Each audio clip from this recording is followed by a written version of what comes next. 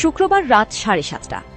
ভোলার মনপুরা সহ দক্ষিণাঞ্চলের আকাশ তখন হঠাৎই এক অদ্ভুত আলোয় উদ্ভাসিত। মেঘনা নদীর ওপর পশ্চিম দক্ষিণ আকাশে কয়েক সেকেন্ডের জন্য জ্বলে উঠল এক রহস্যময় আগুনের গোলা। কোনো বজ্রপাত নয়, কোনো সাধারণ তারার মেলাও নয়। মুহূর্তের মধ্যেই সেই তীব্র আলোর বিচ্ছুরণে আতঙ্ক ছড়িয়ে পড়ে জনমনে। যে যেখান থেকে পেরেছেন ক্যামেরাবন্দি করেছেন সেই দৃশ্য, আর সেই ভিডিও সোশ্যাল মিডিয়ায় ছড়িয়ে পড়তেই শুরু হয়েছে এক অন্যরকম তোলপাড়। কি ছিল সেই রহস্যময় আলো? কোনো ঐশ্বরিক সংকেত, নাকি মহাকাশ থেকে আসা কোনো আগন্তুক? প্রত্যক্ষদর্শীরা জানান, আগুনের গোলার মতো দেখতে এই আলোটি কয়েক সেকেন্ড স্থায়ী হয়ে হঠাৎ করেই মিলিয়ে যায়।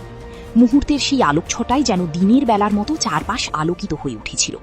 শুধু মনপুরা নয়, বরিশাল, বরগুনা, এমনকি দেশের বিভিন্ন প্রান্ত থেকেও এই আলোর ঝলক দেখতে পাওয়ার খবর পাওয়া গেছে।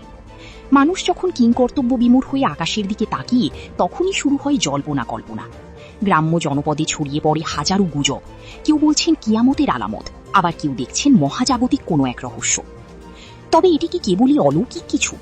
বিজ্ঞানীদের মতে আকাশে এমন আলোর ঝলক সাধারণত বড় কোনো উল্কাপিণ্ড বায়ুমণ্ডলে প্রবেশের সময় ঘর্ষণে জ্বলে ওঠার কারণে হতে পারে। কিন্তু সাধারণ মানুষের মনে অন্য এক ধোঁয়াশা।